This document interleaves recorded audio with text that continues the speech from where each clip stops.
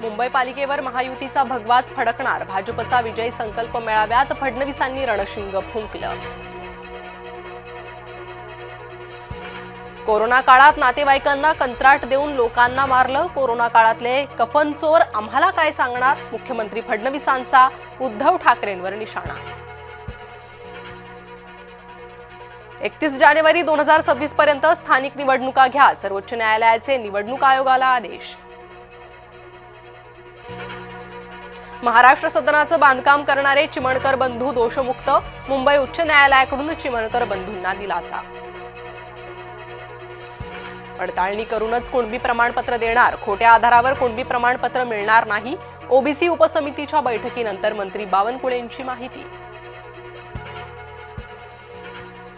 बंजारा आणि वंजारा असे आम्ही भटके एक आहोत, धनंजय मुंडे यांचं बंजारा आणि वंजारा या वक्तव्यावर स्पष्टीकरण. अॅनिमेशन उद्योगात महाराष्ट्र अग्रेसर होण्यासाठी 3000 कोटी, महाराष्ट्र अॅनिमेशन धोरणाला मंजुरी, राज्य मंत्रिमंडळाचा भविष्यकालीन निर्णय.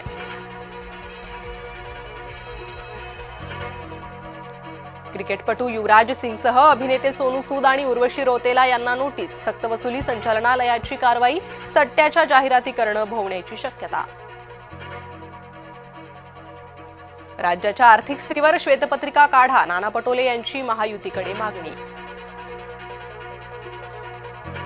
चिंता करायचं कारण नाही, राज्याची अर्थव्यवस्था सुस्थितीतच, भाजपचा दावा. कल्याणमध्ये दुकान मालकी हक्कावरून पुन्हा मराठी परप्रांतीय वाद पेटला, दुबे कुटुंबियांची पोलीस आणि मनपा अधिकाऱ्यांशी हुज्जत, मनसेसह ठाकरे गटाचे कार्यकर्ते आक्रमक. उत्तराखंडमध्ये पावसाचा हाहाकार, 4 जिल्ह्यात 20 सप्टेंबरपर्यंत न जाण्याचं आवाहन, देहरादूनमधील तामसा नदीला पूर.